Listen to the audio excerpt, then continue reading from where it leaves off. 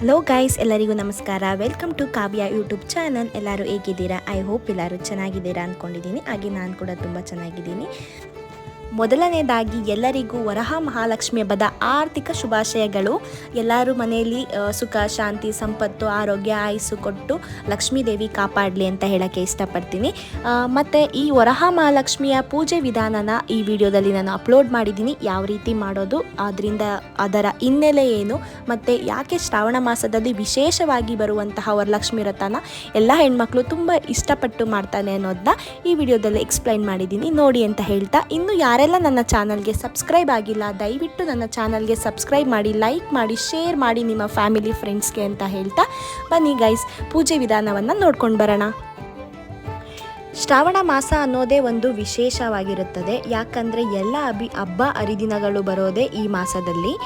ಅದರಲ್ಲೂ ಮೇಯ್ನಾಗಿ ಶ್ರಾವಣ ಮಾಸದಲ್ಲಿ ಎಲ್ಲ ರೀತಿಯ ಪೂಜೆ ಕಾರ್ಯಗಳನ್ನು ತುಂಬ ಒಳ್ಳೆಯದಾಗುತ್ತೆ ಅಂತ ಮಾಡ್ತೀವಿ.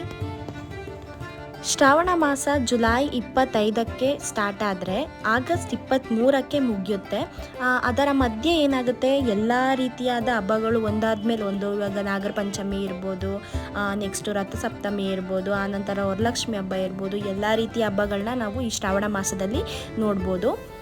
ಸೊ ಈ ಶ್ರಾವಣ ಮಾಸದಲ್ಲಿ ಯಾವುದೇ ಒಂದು ಪೂಜೆ ಮಾಡಿದ್ರು, ಏನೇ ಒಂದು ಕಾರ್ಯ ಮಾಡಿದ್ರು ತುಂಬ ಶುಭಕರ ಅಂತಲೇ ಹೇಳ್ಬೋದು. ಹಬ್ಬ ಸ್ಟಾರ್ಟ್ ಆಗೋದೇ ಈ ವರಹ ಮಹಾಲಕ್ಷ್ಮಿ ಹಬ್ಬದಿಂದನೇ ಸ್ಟಾರ್ಟ್ ಆಗುತ್ತೆ. ಈ ಮೇಯ್ನಾಗಿ ವರ್ಷಕ್ಕೆ ಒಂದೇ ಒಂದು ಬಾರಿ ಬರುವಂತಹ ಮಹಾವರಲಕ್ಷ್ಮಿ ಹಬ್ಬನ ತುಂಬ ಅಚ್ಚುಕಟ್ಟಾಗಿ ನಿಷ್ಠೆಯಿಂದ, ಪ್ರೀತಿ, ಕಾಳಜಿಯಿಂದ ಮಾಡಿದಷ್ಟು ನಮ್ಮ ಮನೆಯಲ್ಲಿ ಸುಖ, ಸಂತೋಷ, ಸಮೃದ್ಧಿ, ಸಂಪತ್ತು ಎಲ್ಲ ಹೆಚ್ಚಾಗುತ್ತೆ ಅಂತಲೇ ಹೇಳ್ಬೋದು ಗೈಸ್. ಮೊದಲನೇದಾಗಿ ಶ್ರಾವಣ ಮಾಸದಲ್ಲಿ ಬರುವಂತಹ ಹಬ್ಬಗಳು ತುಂಬಾ ವಿಶೇಷವಾಗಿರುತ್ತೆ.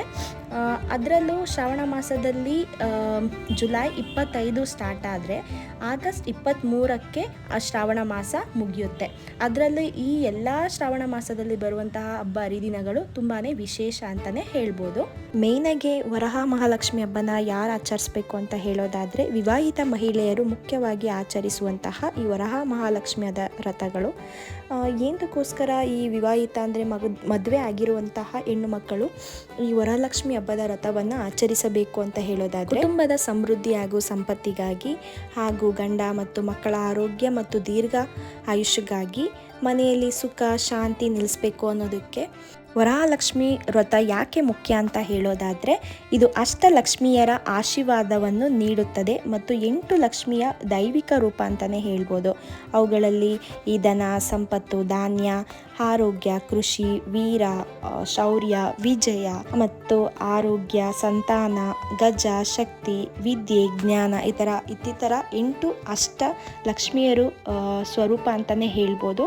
ಸೊ ಅದಕ್ಕೋಸ್ಕರ ಈ ವರಮಹಾಲಕ್ಷ್ಮಿ ಹಬ್ಬನ ಮುಖ್ಯವಾಗಿ ಹೆಣ್ಣು ಮಕ್ಕಳು, ಮದುವೆ ಆಗಿರುವಂತಹ ಹೆಣ್ಣು ಮಕ್ಕಳು ಆಚರಿಸಿದರೆ ತುಂಬಾ ಶ್ರೇಯಸ್ ಅಂತಲೇ ಹೇಳ್ಬೋದು.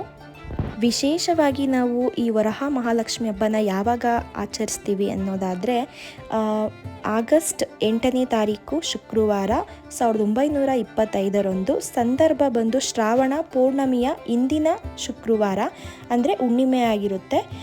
ಲಕ್ಷ್ಮೀ ಪೂಜೆಗೆ ವಿಶೇಷವಾಗಿ ಶುಭವೆಂದು ಪರಿಗಣಿಸಲಾಗಿದೆ. ಅಂದರೆ ತುಂಬ ಒಳ್ಳೆಯ ದಿನ ಅಂತಲೇ ಹೇಳ್ಬೋದು, ಒಳ್ಳೆಯ ಸಮಯ ಅಂತಲೇ ಹೇಳ್ಬೋದು ಗೈಸ್. ನೆಕ್ಸ್ಟು ವರಹ ಮಹಾಲಕ್ಷ್ಮಿ ವ್ರತವನ್ನು ಹೇಗೆ ಮಾಡುವುದು ಅಂತ ನಾನು ಹಂತವಾಗಿ ವಿವರಿಸ್ತಾ ಹೋಗ್ತೇನೆ. ಸಿದ್ಧತೆ ಬಂದು ಆಗಸ್ಟ್ 7ರ ಮೊದಲನೇ ಸಂಜೆ ಮನೆಯನ್ನು ಸಂಪೂರ್ಣವಾಗಿ ಸ್ವಚ್ಛಗೊಳಿಸಿ, ಲಕ್ಷ್ಮೀ ದೇವಿ ಕೂರಿಸುವಂತಹ ಸ್ಥಳದಲ್ಲಿ ಸ್ವಚ್ಛ ಮಾಡಿ, ಆನಂತರ ಅಲ್ಲಿ ರಂಗೋಲಿ ಬಿಡುವಂಥದ್ದು. ಆನಂತರ ಅಂದರೆ ತಾಮ್ರ, ಹಿತ್ತಾಳೆ, ಅದು ತುಂಬ ಏನಾಗಬೇಕು ಅಂದರೆ ನಾವು ಅಕ್ಕಿಯನ್ನು ತುಂಬಬೇಕು. ಅಕ್ಕಿ ತುಂಬಿದ ನಂತರ ಬಿಂಗೆಯೊಳಗಡೆ ನಾವು ಕೆಲವರು ಏನು ಹೇಳ್ತಾರೆ ಅಂದರೆ ಪುಟ್ಟದಾಗಿ ಬರುವಂತಹ ಬಿಂಗೆ ಇಡ್ತಾರೆ, ಆನಂತರ ಇಲ್ಲ ಅಂದರೆ ಕಳಸನೇ ಇಡ್ತಾರೆ. ಅಂಥ ಬೆಳ್ಳಿ ಕಳಸದಲ್ಲಿ ಲಕ್ಷ್ಮಿನ ನಾವು ಅಂದರೆ ನಾವು ಬೆಳ್ಳಿನೇ ಆಗಿರಬೇಕು, ತಾಮ್ರನೇ ಆಗಿರಬೇಕು, ಇಲ್ಲ ಚಿನ್ನದೇ ಇಡಬೇಕು, ಆ ಥರ ಎಲ್ಲ ಏನಿಲ್ಲ. ನಿಮಗೆ ಕಂಫರ್ಟಬಲ್ ಯಾವುದಿರುತ್ತೋ, ಅಂದರೆ ಅದು ಯಾವುದೇ ರೀತಿ ಭಿನ್ನ ಆಗಿರಬಾರ್ದು, ಅಂದರೆ ಯಾವುದೇ ರೀತಿ ತೂತಾಗಿರಬಾರ್ದು. ಆ ಥರ ಚೆನ್ನಾಗಿರುವಂತಹ ಒಂದು ನೀವು ಕಳಸವನ್ನು ರೆಡಿ ಮಾಡ್ಕೊಳ್ಳಿ. ಕಳಸದ ರೆಡಿ ಮಾಡ್ಕೊಂಡಾದ ನಂತರ ಅದ್ರ ತುಂಬ ನೀರನ್ನು ತುಂಬಿ, ಅಂದರೆ ಸ್ವಚ್ಛ ಇರುವಂತಹ ಶುದ್ಧ ಇರುವಂತಹ ನೀರನ್ನು ತುಂಬಿ, ಆನಂತರ ಅದಕ್ಕೆ ನೀವು ಬಾದಾಮಿ, ಆನಂತರ ಕಳಸದ ಐಟಮ್ ಇರುತ್ತೆ. ದೇವ್ರ ಅಂದರೆ ಗದಿಗೆ ಅಂಗಡಿಲಿ ಕೇಳಿದ್ರೆ ಕೊಡ್ತಾರೆ. ಅದಕ್ಕೆ ಏನೇನು ಹಾಕಬೇಕೋ ಅದನ್ನು ಹಾಕ್ಕೊಬೇಕು. ಆನಂತರ ನಿಮಗೆ ಬೇಕಂತ ಅಂದರೆ ಬೆಳ್ಳಿ ಕಾಯಿನು, ಇಲ್ಲಾಂದರೆ ಚಿನ್ನದ ಕಾಯಿನು, ಅಂದರೆ ಬೆಳ್ಳಿ ಲಕ್ಷ್ಮಿ ಇದ್ದರೆ ಅದನ್ನು ಕೂಡ ನೀವು ಆ ಬಿಂಗೆ ಒಳಗಡೆ ಹಾಕಿದ್ರೆ ತುಂಬ ಒಳ್ಳೆಯದು. ಲಕ್ಷ್ಮಿ ಪೂಜೆಯ ವಿಧಾನ ನೋಡೋದಾದರೆ ಸಿಹಿ ಪೊಂಗಲ್, ತೆಂಗಿನಕಾಯಿ, ಬಾಳೆಹಣ್ಣು ಮತ್ತು ಹೂವುಗಳಂತಹ ನೈವೇದ್ಯಗಳನ್ನು ದೇವರಿಗೆ ಅರ್ಪಿಸಿ. ತಾಯಿ ವರಹ ಮಹಾಲಕ್ಷ್ಮಿ ಮುಂದೆ ಲಕ್ಷ್ಮೀ ದೇವಿಯ ಶ್ಲೋಕಗಳನ್ನು ಹೇಳುವಂಥದ್ದು. ನೆಕ್ಸ್ಟು ಕರ್ಪೂರ ಮತ್ತು ದೀಪಗಳಿಂದ ಆರತಿ ಮಾಡಿ ಪ್ರಾರ್ಥನೆ ಮಾಡುವಂಥದ್ದು. ನೆಕ್ಸ್ಟು ಪೂಜೆಯ ನಂತರ ಅರಿಶಿಣದ ಪವಿತ್ರ ದಾರವನ್ನು ಕಟ್ಟಿಕೊಳ್ಳುವಂಥದ್ದು. ನಂತರ ಸಂಜೆಯ ಪೂಜೆಯ ವಿಧಾನ ನೋಡೋದಾದರೆ ಆ್ಯಸ್ ಇಟ್ ಈಸ್ ಪೂಜೆ ಎಲ್ಲ ಮುಗಿದ ನಂತರ ಸುಮಂಗಳೆಯರನ್ನು ಅಂದರೆ ಮದುವೆ ಆಗಿರುವಂತಹ ಮುತ್ತೈದೆಯರನ್ನು ಕರೆದು ಮನೆಯಲ್ಲಿ ಅರಿಶಿನ ಕುಂಕುಮ ಕೊಡುವಂಥದ್ದು, ಇಲ್ಲ ನೈವೇದ್ಯ ಕೊಡುವಂಥದ್ದು, ಪ್ರಸಾದವನ್ನು ವಿತರಣೆ ಮಾಡುವಂಥದ್ದು. ಇದು ಸಂಜೆಯ ವಿಧಾನ ಆಗಿರುತ್ತದೆ. ಆನಂತರ ಎಲ್ಲ ಮುಗಿದ ನಂತರ ಒಂದು ಚಿಕ್ಕದಾಗೆ ನಮ್ಮ ಮನೆಯ ಲಕ್ಷ್ಮಿಗೆ ದೃಷ್ಟಿ ತೆಗೆಯುವಂಥದ್ದಾಗಿರುತ್ತದೆ. ಅಂದರೆ ಆರತಿ ಮಾಡುವಂಥದ್ದಾಗಿರುತ್ತದೆ. ಯಾವುದೇ ರೀತಿ ದೃಷ್ಟಿ ತಾಗದೇ ಇರಲಿ ಅನ್ನೋ ರೀಸನ್ಗೋಸ್ಕರ ಒಂದು ಆರತಿಯನ್ನು ನಾವು ರೆಡಿ ಮಾಡ್ಕೊತೀವಿ. ಇಲ್ಲಿಗೆ ವರಹ ಮಹಾಲಕ್ಷ್ಮಿಯ ರಥ ಕಂಪ್ಲೀಟಾಗಿ ಮುಗೀತು.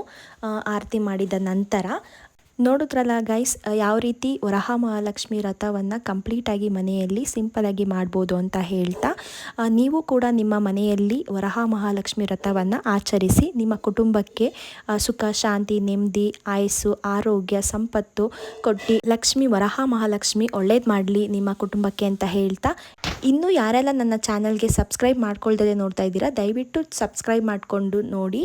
ನಿಮಗೂ ಲಕ್ಷ್ಮೀ ತಾಯಿ ಒಳ್ಳೇದು ಮಾಡಲಿ ಅಂತ ಹೇಳ್ತಾ, thank you for watching all.